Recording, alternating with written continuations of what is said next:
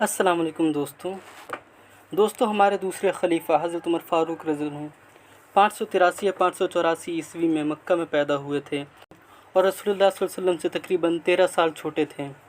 आप रज़ी अल्लाह अन्हु की वालिदा ने आपका नाम उमर रखा था और आप रज़ी अल्लाह अन्हु की कुन्यत अबू हफ्स और लक़ब फ़ारूक था, जिसका मतलब होता है सही और गलत में फ़र्क करने वाला। आपके वालिद का नाम ख़त्ताब था, इसलिए आपको उमर इब्न अल-ख़त्ताब भी कहा जाता था और आप कुरैश के ख़ानदान अदी से ताल्लुक़ रखते थे। हज़रत मोहम्मद सल्लम और अली रज़ी अल्लाह अन्हु बनु हाशिम से ताल्लुक़ रखते थे। उमर फ़ारूक का सिलसिला नसब 8वें पुश्त में जाकर रसूलुल्लाह सल्लल्लाहु अलैहि वसल्लम की ख़ानदान से मिलता था। दोस्तों, उमर फ़ारूक रज़ी अल्लाह अन्हु की अर्ली लाइफ के बारे में मैंने बहुत सारी वीडियोस बना रखी हैं ऑलरेडी, जो मेरे चैनल पर अपलोडेड है। मैं उनका लिंक आपको डिस्क्रिप्शन बॉक्स में प्रोवाइड कर दूँगा और आई बटन में भी उनका लिंक आपको मिल जाएगा। और मेरे अज़ीज़ दोस्तों, आज की इस वीडियो में मैं उनके दौर हुकूमत के बारे में बताऊँगा कि वो कितने ज़्यादा इंसाफ पसंद थे। इस्लाम के दुश्मन बहुत उमर फ़ारूक रज़ी अल्लाह अन्हु से जलन करते हैं और हमें गालियाँ भी बकते हैं, क्योंकि हम उनकी बहुत ज़्यादा इज़्ज़त करते हैं और हमें उनकी इज़्ज़त करनी भी चाहिए, क्योंकि रसूलुल्लाह सल्लल्लाहु अलैहि वसल्लम के सबसे करीबी सहाबा में से एक और दुनिया के one of the best people थे वो। और उन लोगों का हसद करना भी जायज़ है, क्योंकि उनके दरमियान ऐसे इंसाफ पसंद बादशाह गुजरा ही नहीं है। उमर फ़ारूक वो शख्सियत है जिनका इंसाफ आज भी लंदन की लॉ अकेडमी में पढ़ाया जाता है।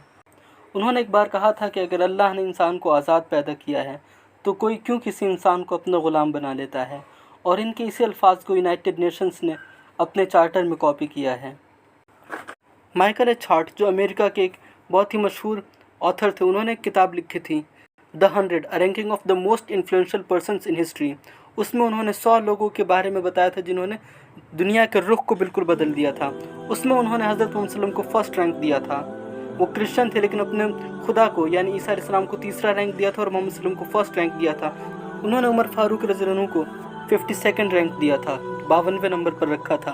अशोका, महावीरा, लेनिन, ज़ोरोआस्टर, सीज़र और भी बहुत बड़े बड़े लोग और बहुत बड़ी बड़ी अजीम हस्तियाँ हैं जिनको रैंकिंग उन्होंने उनके बाद दिया है।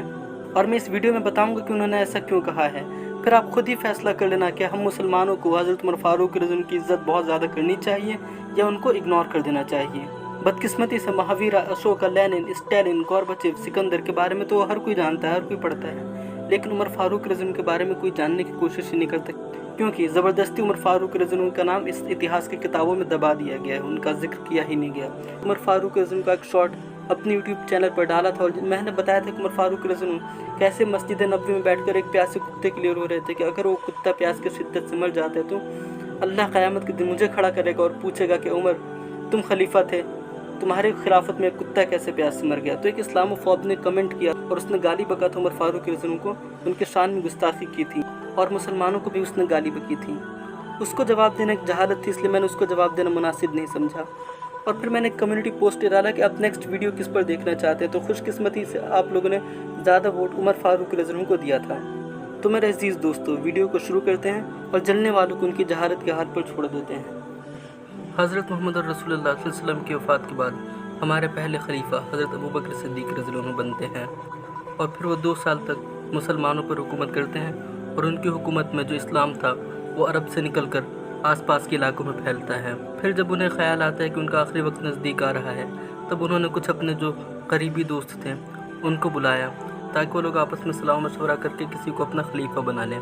कुछ भी नतीजा नहीं निकला और सारे लोग अपने अपने घरों को वापस चले गए। लेकिन हज़रत अबू बकर सिद्दीक़ रज़ी अल्लाह अन्हु ने फिर कुछ लोगों को बुलाया ताकि अगले खलीफा के बारे में बातचीत हो सके। लेकिन जब कोई नतीजा नहीं निकला, तब लोगों ने कहा कि आप ही जिसको अपना सबसे ख़ास समझते हैं और आपके लिए बहुत ही ज़्यादा काबिल भरोसा हो, उसको खलीफा मुंतखब कर दीजिए। तब हज़रत अबू बकर सिद्दीक़ रज़ी अल्लाह अन्हु ने हज़रत उमर इब्न अल-ख़त्ताब रज़ी अल्लाह अन्हु का नाम तजवीज़ किया। उनका नाम लेना था कि सारे लोग परेशान हो गए और डर गए, क्योंकि हज़रत उमर रज़ी अल्लाह अन्हु को बहुत ज़्यादा गुस्सा आता था। लोगों ने कहा कि उमर इब्न अल-ख़त्ताब को बहुत गुस्सा आता है, वो खलीफा बनेंगे तो हमारे लिए मुश्किलात पैदा हो जाएगी। लेकिन हज़रत अबू बकर सिद्दीक़ रज़ी अल्लाह अन्हु ने कहा कि नहीं, बेशक उमर को बहुत गुस्सा आता है, लेकिन जब वो खलीफा बनेंगे तो उनके ऊपर जिम्मेदारी आ जाएंगी, जिसकी वजह से वो नरम पड़ जाएंगे। ज़्यादातर लोग इसके हक़ में नहीं थे, लेकिन जब अबू बकर सिद्दीक़ रज़ी अल्लाह अन्हु ने कहा कि उमर बनेंगे खलीफा, तो सारे लोग मान गए। और जब हज़रत अबू बकर रज़ी अल्लाह अन्हु का इंतकाल होता है तो उमर रज़ी अल्लाह अन्हु दूसरे खलीफा बन जाते हैं। हज़रत उमर फ़ारूक रज़ी अल्लाह अन्हु खलीफा बनने के बाद सहाबा कराम को मस्जिद में जमा किया और ख़ुतबा दिया। बहैसियत खलीफा उन्होंने अपना तारुफ़ कराया, बातों ही बातों में उन्होंने एक बार पूछा, अगर मैं कभी नबी सल्लल्लाहु अलैहि वसल्लम के रास्ते से भटक जाऊं तो तुम लोग क्या करोगे? तब एक सहाबी खड़े होते हैं और कहते हैं कि ए उमर, अगर तुम कभी ऐसा करोगे तो मेरी तलवार तुम्हारा फैसला करेगी। हज़रत उमर रज़ियल्लाहु अन्हु को तो गुस्सा आना चाहिए था, लेकिन उन्होंने बिल्कुल भी गुस्सा नहीं किया और कहा, हाँ तुम लोग ऐसा ही करना। ये सवाल उन्होंने लोगों के अंदर से अपना डर निकालने के लिए किया था। हज़रत मोहम्मद सल्लल्लाहु अलैहि वसल्लम ने हज़रत उमर का लक़ब फ़ारूक दिया था, जिसका मतलब होता है सही और गलत में फ़र्क करने वाला। ये वो सहाबी रसूल थे जिनके बारे में रसूलुल्लाह सल्लल्लाहु अलैहि वसल्लम ने कहा था कि अगर अल्लाह मेरे बाद किसी को नबी बनाता तो वो उमर को बनाता। उमर रज़ियल्लाहु अन्हु जब खलीफा बने तो उनका पहला फोकस जितने भी गरीब और मिस्कीन लोग थे उनकी मदद करना था, उनके हालात को सुधारना था। और दूसरा उन्होंने काम किया कि जो रिदा वॉर्स हो रही थी, जो हज़रत अबू बकर रज़ियल्लाहु अन्हु के वक्त शुरू हुई थी, 632 से लेकर 633 ईस्वी तक रिदा वॉर्स ये थी कि कुछ लोगों ने खुद को नबी होने का दावा कर दिया था, जैसे मुसलमा कज़्ज़ाब, अस्वद उनसी, और कुछ लोग अपने पुराने मज़हब पर वापस जाने लगे थे। और कुछ लोग जो रसूलुल्लाह सल्लल्लाहु अलैहि वसल्लम के वक्त मुसलमानों को टैक्स दिया करते थे, उन्होंने आप सल्लल्लाहु अलैहि वसल्लम की वफ़ात के बाद टैक्स देने से मना कर दिया और बगावत करने लगे। इन तीनों फितनों को ख़त्म करने के लिए हमारे पहले खलीफा हज़रत अबू बकर सिद्दीक़ रज़ियल्लाहु अन्हु ने ऐलान जंग किया, लेकिन कुछ दिनों बाद उनकी वफ़ात हो गई। इन जंगों में उन तीनों फितनों को ख़त्म किया गया और जो कैदी थे वो दूसरे खलीफा यानी हज़रत उमर फ़ारूक रज़ियल्लाहु अन्हु के सामने पेश किए गए। तो उमर फ़ारूक रज़ियल्लाहु अन्हु ने सबको आज़ाद किया और मुसलमानों से कहा कि इन लोगों के साथ अच्छा बर्ताव किया जाए। जो देहात में रहने वाले लोग थे, जो हज़रत उमर रज़ियल्लाहु अन्हु ने उनको छोड़ दिया, और जब उन्होंने ये देखा कि हज़रत उमर रज़ियल्लाहु अन्हु ने उनके साथ नरमी किया तो बहुत ज़्यादा खुश हुए। और इब्न अल-ख़त्ताब रज़ियल्लाहु अन्हु 10 साल तक मुसलमानों के खलीफा रहे, तो इन 10 सालों में अरब्स कॉन्क्वेस्ट बहुत ज़्यादा हुए हैं, मतलब अरब्स ने बहुत ज़्यादा जगहों को फ़तह किया। उमर रज़ियल्लाहु अन्हु के खलीफा बने हुए कुछ ही दिन हुए थे कि मुसलमानों ने सीरिया पर और फ़िलिस्तीन पर हमला किया, जो बैजेंटीन एम्पायर के उस वक्त पार्ट थे, और उनको फ़तह कर लिया। फिर 636 ईस्वी में जंग यरमुक होती है, जो मुसलमानों और बैजेंटीन एम्पायर के बीच में होती है। इस जंग में मुसलमानों ने बैजेंटीन एम्पायर को बहुत बुरी तरीके से हराया और जंग को उन्होंने जीत लिया। 636 में मुसलमानों और फ़ारसियों के बीच में जंग होती है, जिसको जंग क़ादिसिया कहा जाता है, जिसमें मुसलमानों के कमांडर इन चीफ हज़रत साद बिन अबी वक्कास थे। दूसरी तरफ ईरान का बादशाह यज़दगर्द था और कमांडर इन चीफ रुस्तम था। उस वक्त दुनिया में 2 सुपर पावर्स थीं, एक पर्शियन एम्पायर और दूसरी बैजेंटाइन एम्पायर। ईरान पर उस वक्त सैसनिड डायनेस्टी की हुकूमत थी। कहा जाता है कि इस जंग में हिंदुस्तान के राजपूतों ने ईरानियों का साथ दिया था और उनको हाथी भी दिए थे, और बहुत सारे राजपूतों ने एक दूसरे को जंजीरों से बांध लिया था ताकि वो लोग एक साथ मुसलमानों से लड़ेंगे। इस जंग को बैटल ऑफ चेन्स भी कहा जाता है, जंजीरों की जंग। ईरानियों ने जंग शुरू होते ही मुसलमानों की तरफ हाथियों को दौड़ा दिया, जिससे मुसलमानों को बहुत ज़्यादा नुकसान हुआ और मुसलमानों के घोड़े भी दकने लगे और बहुत सारे मुसलमान पिछड़े गए। इस जंग में मुसलमानों की तादाद तकरीबन 30 से 40 हज़ार के बीच में थी, जबकि ईरान का लश्कर 2 लाख सिपाहियों पर मुश्तमिल था। अगले दिन फिर जंग हुई और मुसलमान बहुत सारी छोटी छोटी टुकड़ियों में बंटकर ईरानियों पर हमला करने लगे। पूरे दिन ईरानियों को यही लगता रहा कि मुसलमानों की फ़ौज बहुत बड़ी है और हर थोड़ी देर बाद एक नया लश्कर आकर उन पर हमला कर रहा है। फिर मुसलमानों ने ऊँटों पर बड़े बड़े कपड़े डाल दिए, जिससे ऊँट बहुत ज़्यादा खौफनाक नज़र आने लगे और ईरानियों को ऐसा लगने लगा कि मुसलमानों के पास पता नहीं कौन सा जानवर आ गया है जो बहुत बड़ा है, जिससे ईरानियों के घोड़े बिदक बिदक कर भागने लगे और अपने सिपाहियों को कुचलने लगे और ईरानियों का बहुत नुकसान हुआ।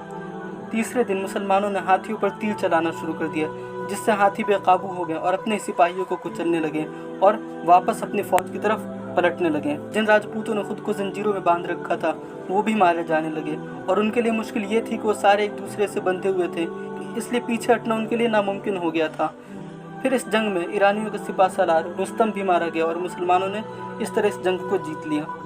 फिर हज़रत उमर फ़ारूक रज़ियल्लाहु अन्हु ने हज़रत अमीर मुआविया रज़ियल्लाहु अन्हु की क़यादत में कुछ सिपाहियों को भेजा और उन सिपाहियों ने उसी साल दमिश्क को भी फ़तह कर लिया। और उसके 2 साल बाद उमर फ़ारूक रज़ियल्लाहु अन्हु ने पीसफुली जेरूसलम को फ़िलिस्तीन को फ़तह किया। हज़रत उमर फ़ारूक रज़ियल्लाहु अन्हु ने कई बार सहाबा को भेजा कि यरूशलेम को फ़तह किया जाए और सहाबा ने 2-3 बार यरूशलेम पर हमला भी किया, लेकिन वो कामयाब नहीं हो पा रहे थे। उस वक्त यरूशलेम में क्रिश्चियंस की हुकूमत थी और ईसाई राहिब जो थे उन्होंने कहा कि यरूशलेम को तो एक दरवेश बादशाह ही फ़तह करेगा, तब सहाबा के दिमाग में ख्याल आया कि दरवेश बादशाह तो उमर फारूक रज़ियल्लाहु अन्हु ही हैं, जो दुनिया के सबसे ताकतवर सल्तनत पर हुकूमत कर रहे हैं, लेकिन उनकी हालत जो है वो दरवेशों जैसी है। उन्होंने हज़रत उमर फारूक रज़ियल्लाहु अन्हु को ख़त लिखा और हज़रत उमर फारूक रज़ियल्लाहु अन्हु अपने एक ग़ुलाम के साथ यरूशलेम की तरफ निकलते हैं ताकि यरूशलेम को फ़तह किया जाए। और उस वक्त उन्होंने जो लिबास पहने थे उस पर बहुत सारे पैबंद लगे हुए थे। कभी वो ऊँटनी पर बैठते और ग़ुलाम ऊँटनी की लगाम पकड़कर चलता, कभी ग़ुलाम ऊँटनी पर बैठता और वो ऊँटनी की लगाम पकड़कर चलते हैं। यरूशलेम पहुँचते हैं, कुद्स पहुँचते हैं तो जो ईसाई बादशाह था और जो ईसाई आलिम थे और सिपाही जो थे वो उनको देखकर हैरान रह जाते हैं और कहते हैं कि ये कैसे बादशाह हैं जो दुनिया की सबसे ताकतवर सल्तनत पर हुकूमत कर रहे हैं, लेकिन उनकी हालत ऐसी है कि वो बिल्कुल फ़कीर लगते हैं। तब उन्हें याद आता है कि हाँ, हमारी किताबों में इसी बादशाह की पेशनगोई की गई है कि वो दुनिया का ताकतवर बादशाह होगा, लेकिन जब वो आएगा तब उसके हाथों में ऊँटनी की लगाम होगी और अगर उसका ग़ुलाम ऊँटनी पर बैठा रहेगा और उसके जिस्म पर जो लिबास होंगे वो फटे पुराने होंगे। उन्होंने बैतुल मुक़द्दस की चाबियाँ हज़रत उमर फारूक रज़ियल्लाहु अन्हु को पकड़ा दी और कहा, आज से यरूशलेम पर आपकी हुकूमत है। यहाँ पर ईसाई और मुसलमान रह सकते हैं, लेकिन किसी भी यहूदी को यहाँ पर रहने की इजाज़त नहीं होगी। उन्होंने रिटन एग्रीमेंट ये लिखवाना चाहा था, लेकिन हज़रत उमर फारूक रज़ियल्लाहु अन्हु ने कहा कि ठीक है, मुसलमान और ईसाई यहाँ पर रहेंगे, लेकिन यहूदियों को ये इजाज़त दी जाए कि वो यहाँ पर अपने मुक़द्दस मकामात की ज़ियारत करने के लिए आ सकें। और फिर जब वो ईसाइयों के दरमियान उनके कलीसा में बैठे बातें कर रहे थे तब नमाज का वक्त हो जाता है और कहते हैं कि मुझे इजाज़त दो कि मैं बाहर निकल कर नमाज़ पढ़ लूँ। तब उन्होंने कहा था कि आप खुदा की इबादत करने जा रहे हो और ये भी खुदा का घर है, आप यहीं पर इबादत कर लीजिए। उन्होंने कहा नहीं, अगर मैं यहाँ पर आज नमाज़ पढ़ लूँगा तो कुछ सालों बाद मुसलमान कहेंगे कि हमारे खलीफा ने यहाँ पर नमाज़ पढ़ी थी और हो सकता है कि तुम्हारी इबादत गाह को नुकसान पहुँचा दें, इसलिए तुम्हारी इबादत गाह को कोई ख़तरा ना हो, मुझे बाहर पढ़ने की इजाज़त दो। और हुआ ऐसा ही कि हज़रत उमर फारूक रज़ियल्लाहु अन्हु के इस दुनिया से चले जाने के बाद मुसलमानों ने जिस जगह पर हज़रत उमर फारूक रज़ियल्लाहु अन्हु ने नमाज़ पढ़ी थी एक मस्जिद की बुनियाद डाली। मेराज की रात हज़रत वसल्लम मक्का से यरूशलेम आए थे और जिस जगह पर उन्होंने तमाम अंबिया कराम की रूहों को नमाज़ पढ़ाया था वहाँ पर पहुँचकर हज़रत उमर फारूक रज़ियल्लाहु अन्हु ने मस्जिद अक्सा की बुनियाद डाली। मस्जिद अक्सा के बारे में मैंने एक डिटेल्ड वीडियो बनाया है, उसका लिंक आपको डिस्क्रिप्शन बॉक्स में मिल जाएगा। और हज़रत उमर फारूक रज़ियल्लाहु अन्हु ने किस तरह फ़िलिस्तीन को फ़तह किया उस पर भी मैंने एक डिटेल्ड वीडियो बनाया है, उसका भी लिंक आपको डिस्क्रिप्शन बॉक्स और आई बटन में मिल जाएगा। 641 आते आते मुसलमानों ने पूरी तरीके से फ़िलिस्तीन को और सीरिया को और जॉर्डन को फ़तह कर लिया था। 639 AD में हज़रत उमर फारूक रज़ियल्लाहु अन्हु ने एक लश्कर हज़रत अमर बिन आस रज़ियल्लाहु अन्हु की क़यादत में मिस्र की तरफ भेजा और 3 साल तक मिस्र की फ़ौज और अमर बिन आस की फ़ौज लड़ती रही और बिल आखिर अमर बिन आस ने उस फ़ौज को हराया और मिस्र में दाखिल हो जाते और इस तरीके से मिस्र इस्लामी ममलिकत का पार्ट बन जाता है। दोस्तों, अमर बिन आस रज़ियल्लाहु अन्हु ने मिस्र को फ़तह किया था, इसलिए उमर रज़ियल्लाहु अन्हु ने मिस्र का गवर्नर बना दिया। जब वो मिस्र के गवर्नर बने तो कुछ वक्त बाद दरियाए नील सूख जाता है। वो मिस्र के लोगों को बुलाकर पूछते हैं कि दरियाए नील सूख क्यों गया। लोग बताते हैं कि दरियाए नील हर साल इसी तरीके से सूख जाता है और हम लोग इसको जारी करने के लिए इसमें एक खूबसूरत लड़की को सारे गहने वगैरह पहना कर डाल देते हैं और फिर दरियाए नील में पानी आ जाता है। उन्होंने हज़रत अमर बिन आस रज़ियल्लाहु अन्हु से इजाज़त ली कि हम एक बार फिर कुर्बानी देना चाहते हैं। तब हज़रत अमर बिन आस रज़ियल्लाहु अन्हु ने किसी मासूम लड़की की जान लेने की इजाज़त नहीं दी। लोग मिस्र को छोड़कर आसपास के ममालिक में जाने लगे। तब अमर बिन आस रज़ियल्लाहु अन्हु ने हज़रत उमर फारूक रज़ियल्लाहु अन्हु को ख़त लिखा और सारे अहवाल बयान किए।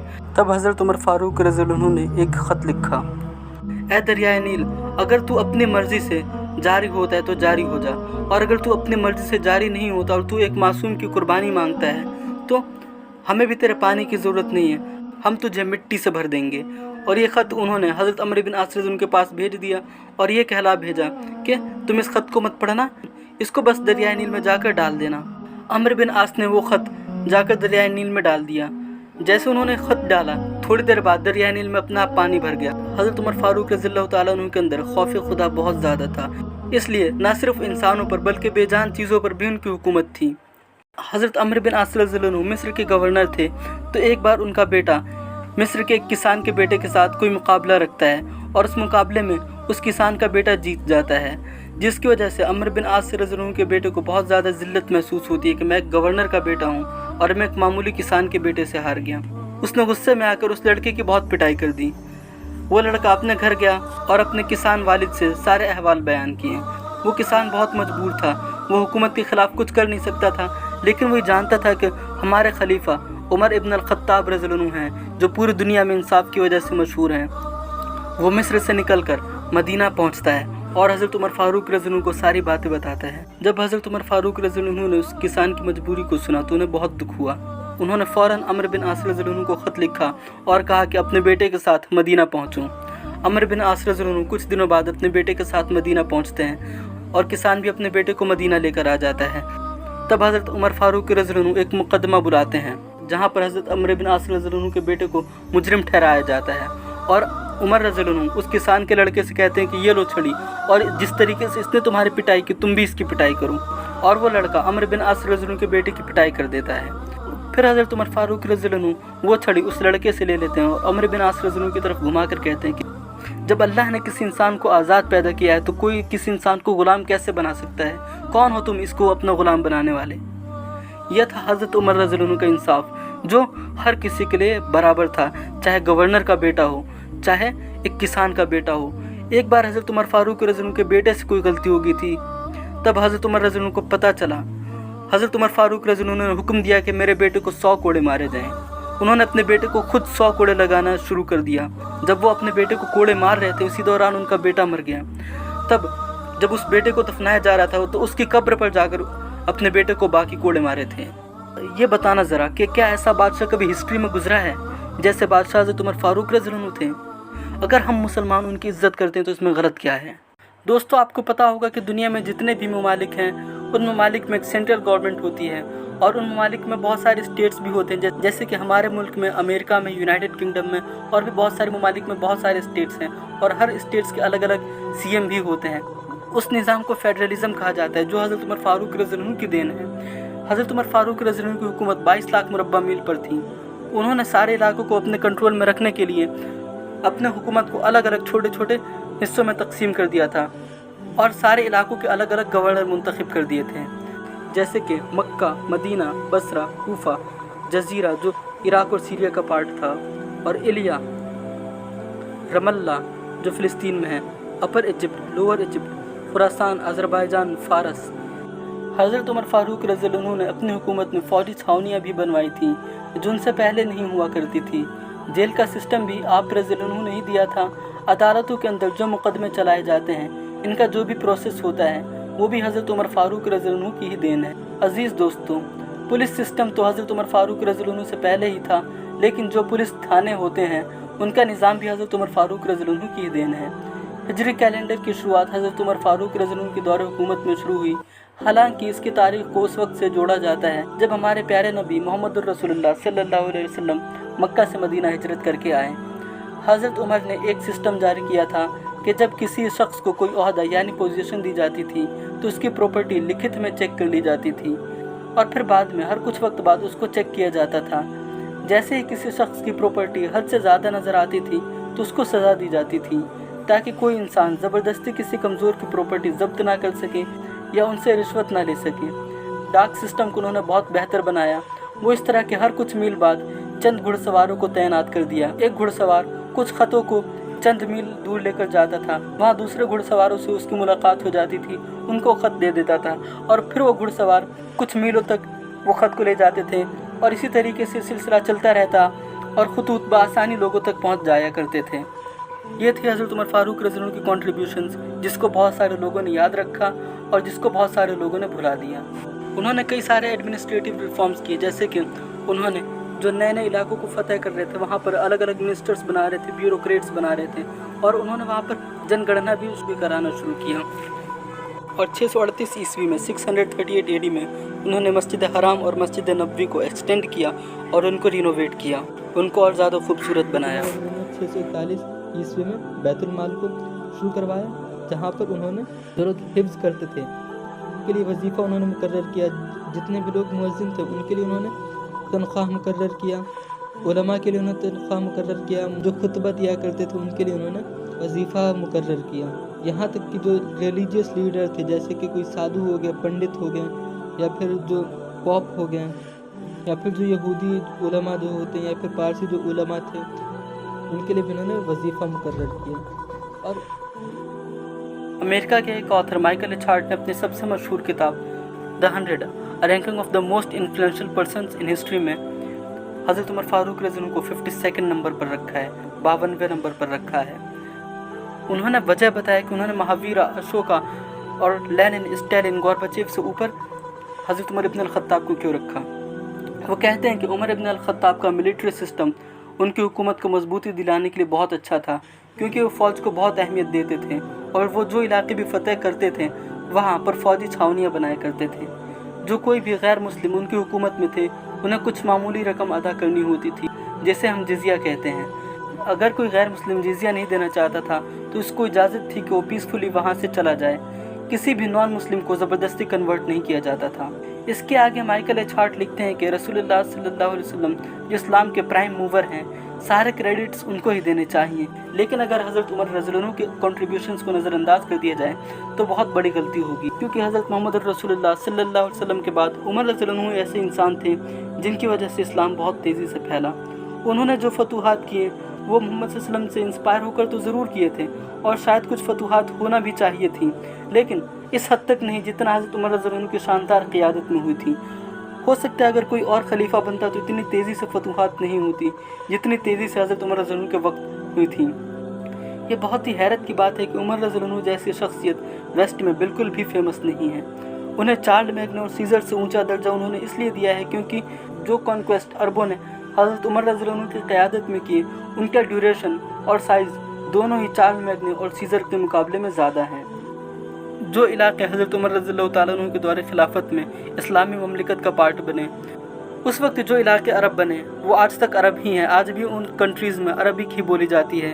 हज़रत उमर फ़ारूक रज़ियल्लाहु अन्हु की फ़ौज और उनके गवर्नर जिस इलाके में जाते थे ऐसा निज़ाम, ऐसा सिस्टम बनाते थे कि उस इलाके के लोग हज़रत उमर फ़ारूक रज़ियल्लाहु अन्हु की हुकूमत को तस्लीम कर लेते थे और कोई भी बगावत नहीं करता था।